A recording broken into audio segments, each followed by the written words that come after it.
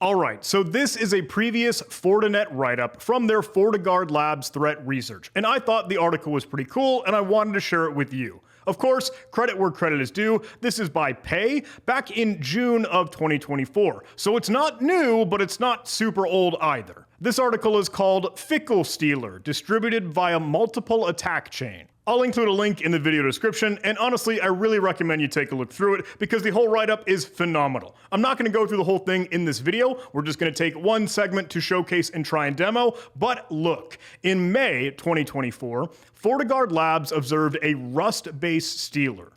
We decided to call it Fickle Stealer. And the article summarizes all the parts of the attack chain, all the different components of the campaign. The whole article really goes into detail on delivery, preparatory work, everything they're doing to build out their payload, and then a lot of the inner workings of the sample itself. You get to dig into some disassembly here, see how this thing is coming to life, and hey, get some of those indicators of compromise, see what they do for packing, anti-debugging, all the sweet stuff. Check it out. But I would like to take a look at one segment of the preparatory work because they do kind of an interesting thing for a UAC bypass or a user account control little trick to circumvent and hop over the usually annoying pop-up to ask, hey, are you sure you want to let this program run and execute with administrator privileges. So part of the attack chain was including different PowerShell scripts that would stage and prepare the UAC bypass. It ends up creating a wmy-mgmt.msc file and a fake wmy-mgmt.msc file into two different paths.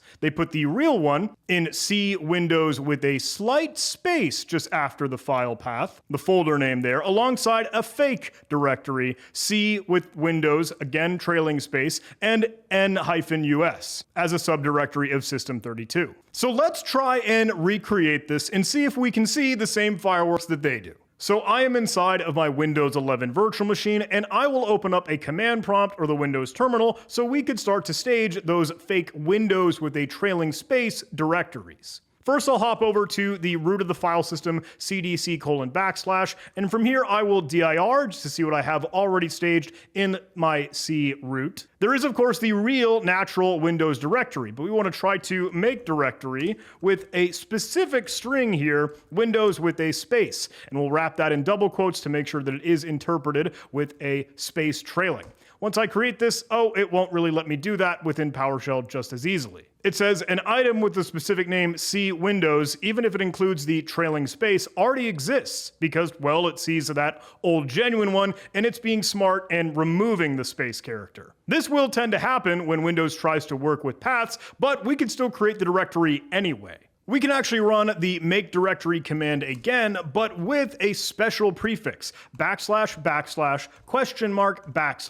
and that is a little trick to tell Windows and other applications that it shouldn't parse a Windows path with the usual path parsing rules. So it's not going to worry about the length limit, special characters, or trying to trim trailing white space like our space character when we specify C Windows space. But this still doesn't seem to like us. The path cannot be an empty string or all white space, but it's not. Let's try a full-fledged PowerShell commandlet where we create a new item with the path given the special prefix C Windows, telling it the item type is going to be a directory. Will that work for us? Still no. Well, let's do some tiptoe tap dancing. Let's see if we can use just the old school CMD and make directory command without going to the PowerShell alias, C:\\Windows space, and that seemed to work just fine. Now when we dir, we have a Windows and a Windows space, presumably. Yep, given the date, that's the right one. Now let's see if we can change directory into that directory, and then from there we'll put together the same sort of structure and boilerplate. Oh, you only brought me into the one without the trailing space. Okay. Well, let's be smart and go ahead and use what we've learned. We could actually make sure that we go to this strictly with that special prefix, and it doesn't like that. Well, this video is off to a great start. Let's see if we can do this from PowerShell. Same special prefix as always, now that we know, and it brings us there. Okay, we're in a weird little prompt, but we are there. So now let's actually build out the rest of our little structure here. We'll create the System32 subdirectory, and then inside that we'll create the NUS subdirectory. Dunzo. Now, in our fake C Windows space System32, we need to go ahead and put a copy of the actual C Windows System32 WMI management MSC file into this directory. And now that is staged with that copy command, but we don't quite know what is in the fake one in the NUS subdirectory. So let's keep reading and get some more cool context. An MSC file hosted in the Microsoft Management Console, MMC, that's sort of like icon with the red toolbox, I think, manages hardware, software, and network components and requires admin rights. Snap-ins, or little extensions there, provide the interface to management tasks and access to the required program and data. So the fake Win Management, or WMI Management MSC, abuses a Shockwave Flash object with an ActiveX control, which will then open a web browser by default. I'm not gonna lie to you, I've never heard of this thing before. A Shockwave Flash object from ActiveX control. Let me learn about that. AI overview. Oh, hey, little tip here. If you ever want to get Google results without AI, you can add -AI at the end, and then Gemini goes away. Pro tip. Actually, the AI generated explanation was kind of nice. Key points about it, it actually ends up creating or spawning a web browser. So at least that's the context I'm getting from the article. Can we just recreate that? I might need to hand jam that GUID, or I can probably screen capture that, and will it tell me the text now? Oh, I gotta do it through snipping tool. How about this? Yeah, and then I think this button down here will actually get text out of it, right? Yeah. All right, go away, pop-up box. GUID! We can just copy this whole thing. We don't need figure 9. This is why you gotta have code as like a gist, not an image, please. Sorry, pet peeve. Question is this all that file actually needs? I gotta admit, I'm not positive, but let's keep cruising for the sake of learning. Yep, create that file, please. Paste that in, remove our figure 9. All right, close out of that, I think we're cruising. The URL for the web browser is set to localhost. That's right, we can see that in reference to HTTP localhost port 8080. And the u.ps1 PowerShell script creates an HTTP listener, which shows a web page when wimanagement.msc is executed. The web page contains a script that configures exclusions for Fickelstealer and downloads it to be excluded. Oh, so we have just now code that we can run. I'm presuming by ActiveX object there, like the script is going to be able to just get whatever external thing and then within that context execute a shell command. So anyway, we need an HTTP server presumably put together in PowerShell, and that's doable. And actually, if we just Google for that, we'll get the AI generated code. We could probably pretty easily copy paste and work with this. So let me do just that. I'll copy. I'll open this in ISE since it is PowerShell and we just want to feel like we're part of the family. Otherwise, you know, they'd like not invite us to gatherings and get holiday get-togethers. So we gotta stay with the club here. PowerShell purists. Anyway, let's go ahead and save this as a u.ps1 PowerShell script. We can slap it on the desktop because this is something that would be ran as part of the attack chain. Let me actually get probably another Windows terminal open. And actually, wait, we can just run it from ISE. I'm done. F5, please. Listening on localhost port 8080. All right, let's get back to our web browser. Can we actually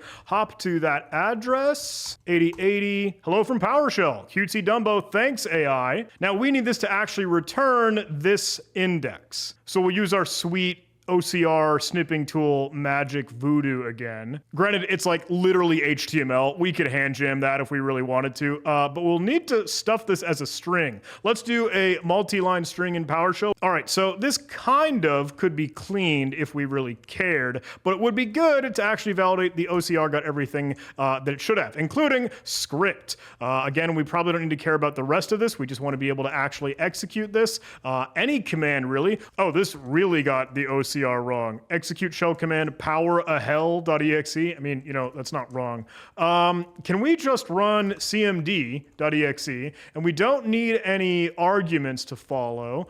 So we can close that double string and minimize, I guess, was an argument that's provided. So that's probably fine. We don't need any of these others. And we have some dangling syntax down at the bottom there, which we could nuke. Okay, fingers crossed. Now if I were to make sure the script was running, F5 please, there we go. Let's get back to our localhost 8080, refresh the page. It's not gonna display anything because the tags are HTML, right? But Control U, oh, we missed the HTML tags, duh. That's an easy fix. One at the bottom, one at the top, wham bam, thank you ma'am. All right, how about now? I mean, that's right, you're just complaining about not having a doc type. Whatever, W3C consortium standards. Now, there we go, we're fine. Valid HTML did not matter, I was just being pedantic.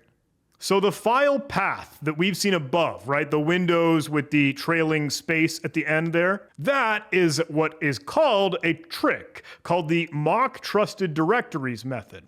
When converting a string during an evaluation request process, the trailing space after windows is removed, just as we saw when we were fumbling around in the command line. As a result, the wmimanagement.msc file will be treated as it's executed from a trusted path. Ooh. Furthermore, MMC searches the MSC file for local languages. If not found, it tries to find one for N-US by default. So when Fickelstealer executes wmimanagement.msc's copy, the fake wmimanagement.msc is executed instead with elevated authentication and no UAC prompt. So it should spawn cmd.exe, and it'll be running as administrator without me clicking the button or entering yes, I do want to have this run with that little pop-up in the mix. We can see their procmon screenshot for this, and what we could now do is presumably just run our fake wmimanagement.msc that is the real wmimanagement.msc, but it ends up probably executing this, right? Like I'm sure the bypass.ps1 PowerShell script has as part of the attack chain actually execute this. If we were scrolling way back up to the delivery and initial access, this came from VBA dropper, VBA downloader, ends up encoding some JScript, does XML file to drop this with mother ActiveX download, end up running it with some base64 decoding, bypass.ps1 ran from a batch script that actually invokes it. Oh, there being the u.ps1. We don't have the contents of the bypass.ps1 though, so I don't know if it would just invoke MMC by the wmigmt.msc file. Presumably it does though, when Fickelstealer executes it. So look, we're just gonna press the I believe button and we'll click it and have it run as if we were detonating the attack chain. Can we just build out our own bypass.ps1 that could very well just start our special prefix path // ? C:\Windows space system32 wmimanagement.msc. But I think before that ends up happening, we want to make sure that our HTTP server is listening. So we'll run that in the background with a script job with the script block, I think, and we need an ampersand to make sure that that actually invokes or an im.slashing our u.ps1 script, right? So if this were our malware, right, recreating a segment of Fickelstealer and just, I know, a primitive recreation trying to start this UAC bypass, will, when we run this, we get CMD opened up, we get MMC, the real one, but no CMD. Is our server still serving what we think it's serving? Let me just open another tab here, and then from the desktop, let's make sure our server is running with our u.ps1 script. Validate, can we get a request? Yep. Does that kill it? It does. So yeah, let's run it one more time. And now let me close MMC just to kind of continue our experiment, and then we'll run in another terminal, the actual bypass.ps1. No CMD. Let's open up Procmon and then get a better feel for what is actually happening. Sysinternal suite, Procmon, and there's our UAC prompt. We'll click yes to allow that, and I want to be looking for process name is mmc.exe. We'll click add, apply, add. Hello? Let me just remove the old ones because that was from a previous video showcase. Where is Procmon? Where are you at? Okay, so if you're listening now, let's try to stage this again with the HTTP listener up and running. When we run our script, we should see a good amount of communication, all the events that Procmon is pulling back. And let's control F for that NUS. I'm thinking that's supposed to happen, right? Looking for current locale. Let's control F again and again until we get to some other stuff that we would expect for our own. The thing is, our u.ps1, the HTTP listener, hasn't ended, so it never made this request, which makes me wonder if what we had in Notepad for our original wmigmt.sc is right. We did rely on OCR there, maybe it got some stuff wrong. putting these side by side just to see. Nope, that's not wrong. All right, does it have an IOC hash that we could try to find the real file here? We have hashes, but none for the MSC file. And this is just my ignorance, and I'm not knowing if that is all that is needed for the wmimanagement.msc file. Like, is that all the contents that requires? Oh, Googling this, of course, brings me to UACMe, that big repository for all the sweet tooling for different UAC bypasses. That had a 7.1e. Yeah, okay, so that's included here, as we would expect, but obviously I should have known. I'm stupid. Dude, this whole video is just me failing, right? XML tags and an actual continuing structure of an MSC file. Huh. This probably has a lot more in it because it's kamikaze. I don't know if I particularly need to drill down into that, but there are binaries in here. I think I can just ask ye old chat jippity. Below is a structured .msc file that should do the thing that I want.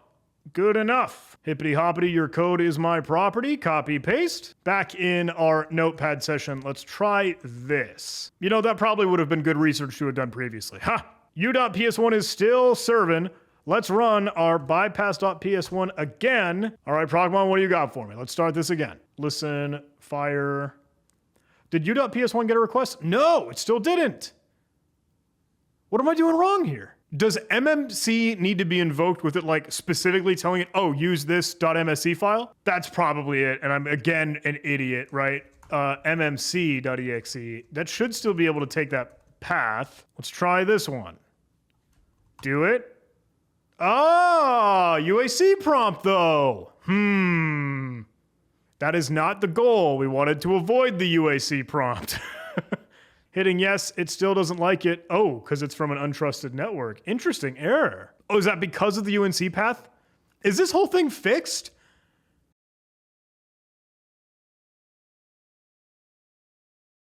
All right, I've spent a lot of time trying to play with this, and I have not gotten any success either doing like a language locale fallback and trying to go find it based off of the NUS subdirectory, or really even being able to get a connection to the localhost 8080, while I can see when I do trigger it with, hey, mmc.exe and the // special prefix prompt that it will tell me, these are MMC console files from an untrusted network location. And presumably, as of some time ago, the latest Windows update does fix this. October patches that have been installed from an untrusted network location, it does not work. And because it's // it looks like a UNC path, therefore looks like untrusted network location, and it just doesn't seem to be coming to life for me. Looking through this thread, it sounds like this is seemingly actually approachable with some other workaround, but that is seemingly only doing this properly with an actual domain, knowing that, hey, maybe some Active Directory thing. So you could tweak that in HKCU, which I would think, oh, perfect. Okay, HKey current user should not need admin privileges to be able to write to it. You could still do that as a low privilege user. But comments down below, people seeing the same kind of issue. Really interesting, actually. They do say that this is addressing a vulnerability involving users being coerced to open malicious.mmc files. I wouldn't expect this to be mark of the web, even if it's a local file, because we made the file. I mean, we can check. Back in our special directory, let me try and open this up. We should just be able to... Can't even get there. We can just try to list alternate data streams. No, there are no extra zone identifiers. It's just the data, so that shouldn't be blocked with mark of the web. And them saying, hey, this doesn't work, but doing via GPO or registry tweak to allow a domain as a local intranet site or whatever will not work for us because it's a local file path. So I tried to understand this a little bit more. I tried to poke around and I tried to tweak. Can I add this as a domain, even though it's really not a domain? That would not probably work smartly. Trying to add, hey, file capabilities. Even just trying to tweak what would be, hey, capability of MMC to not check this on files. It won't let me tamper with that, even though it is HKCU. Apparently, that's one sensitive registry key that, hey, because it's working with MMC, it is no longer able to be done. Any attempt for me to do that with any part of MMC will error out. It requires elevation. So I'm thinking Windows got smart and it's fixed. It's patched. Which does mean this was all for nothing and a worthless demo. This was kind of a big fail. Dang it. I don't know if I'll release this video, but if I do, thanks for watching, I guess.